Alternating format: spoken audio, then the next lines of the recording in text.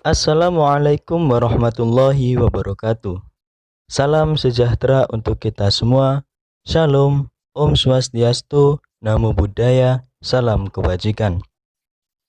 Perkenalkan, saya Jagat Sultan Kodlizaka, mahasiswa Institut Agama Islam Negeri Tulungagung, Fakultas Syariah dan Ilmu Hukum, Program Studi Hukum Tata Negara. Pada kesempatan kali ini, saya ingin memberikan edukasi kepada diri saya sendiri pada khususnya dan kepada seluruh elemen masyarakat pada umumnya. Sebagaimana kita ketahui, manusia adalah makhluk sosial. Aristoteles mengatakan bahwa manusia adalah makhluk yang dikodratkan untuk hidup bermasyarakat dan berinteraksi satu sama lain.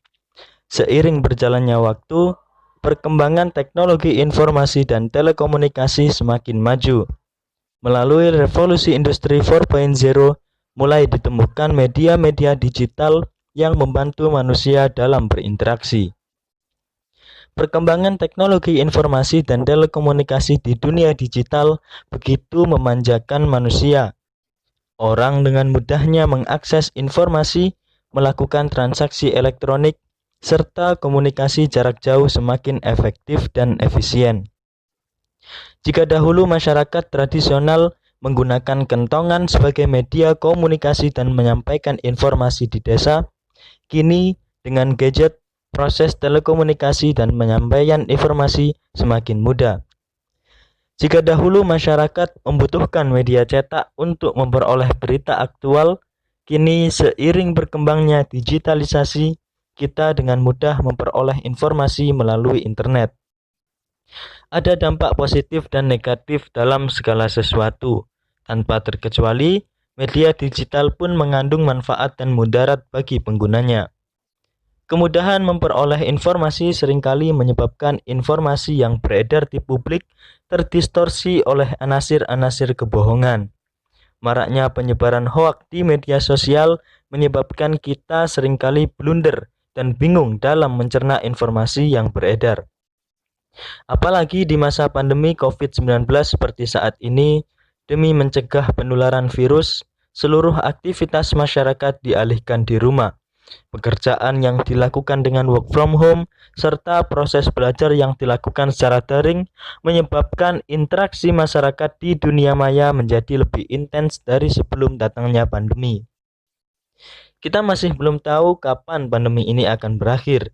Namun, kita tahu bahwa penggunaan media-media digital akan terus kita gunakan, dan tentunya akan semakin mengalami kemajuan. Sebagai negara hukum, regulasi yang digunakan di Indonesia untuk mengatur informasi dan transaksi elektronik, yakni Undang-Undang Nomor 19 Tahun 2016 tentang perubahan atas Undang-Undang Nomor 11 Tahun 2008 tentang informasi dan transaksi elektronik. Beberapa pakar ada yang mengatakan bahwa Undang-Undang ITE ini terdapat pasal karet yang dapat digunakan untuk mengkriminalisasi seseorang. Terlepas dari itu semua, kita harus mengetahui bahwa hukum dalam fungsinya ibarat sebuah rumah yang melindungi penghuninya. Hukum dibuat untuk melindungi kepentingan manusia. Undang-Undang ITE dibuat untuk mengakomodir aktivitas penduduk di dunia maya, baik itu terkait transaksi elektronik maupun komunikasi. Undang-Undang ITE dibuat untuk menciptakan keteraturan dan menjamin kepastian hukum bagi masyarakat. Banyak orang yang menjadi tersangka karena melanggar Undang-Undang ITE. Di antara orang-orang yang terjerat Undang-Undang ITE antara lain, Ahmad Dhani dijerat karena ujaran kebencian, Jering dijerat karena statementnya yang mengatakan bahwa ID adalah kacung WHO, Suki Nur dijerat karena ujaran kebencian dalam video di channel YouTube-nya, Ustadz Maher alias Sony Eranata dijerat karena dilaporkan atas penghinaan kepada Habib Lutfi bin Ali bin Yahya. Dan masih banyak lagi kasus-kasus yang terkait dengan pelanggaran Undang-Undang ITE. Pasal-pasal dalam Undang-Undang ITE mungkin saja dikatakan pasal karet. Akan tetapi, kita harus melihatnya dengan kacamata hukum yang jelas dan pasti. Orang-orang yang dijerat dengan Undang-Undang ITE tentunya telah dilakukan penyelidikan dan penyidikan sebelum ditetapkan sebagai tersangka. Dalam hukum pidana, terdapat asas praduga tak bersalah atau presumption of innocence. Seseorang harus dianggap tidak bersalah sebelum diputuskan bersalah oleh pengadilan. Jangan sampai kita melakukan pelanggaran terhadap Undang-Undang ITE seperti orang-orang yang saya sebutkan sebelumnya. Kepada seluruh netizen yang budiman, marilah kita bijak dalam bermedia sosial. Jangan sampai postingan kita ataupun komentar kita di media sosial menyinggung perasaan orang lain, mengandung ujaran kebencian, hingga menyinggung suku, agama, ras, dan antar golongan yang mungkin mengakibatkan permusuhan dan perpecahan.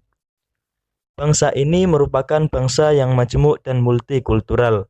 Keberagaman yang ada merupakan kekuatan bangsa Indonesia, disatukan dalam prinsip Bhinneka Tunggal Ika, berbeda-beda tetapi tetap satu. Jangan sampai hanya karena kelalaian kita dalam bermedia sosial menyebabkan permusuhan di antara kita. Jangan sampai kita menjadi penyebar hoak di media sosial. Netizen yang budiman, daripada kita sibuk menjadi komentator di media sosial yang belum tentu ada manfaatnya, lebih baik kita menyibukkan diri kita dengan memperbanyak membaca literatur-literatur yang tentu saja memperkaya pengetahuan kita. Sekian dari saya. Kalau ada yang kurang berkenan di hati Anda, saya mohon maaf yang sebesar-besarnya. Wassalamualaikum warahmatullahi wabarakatuh.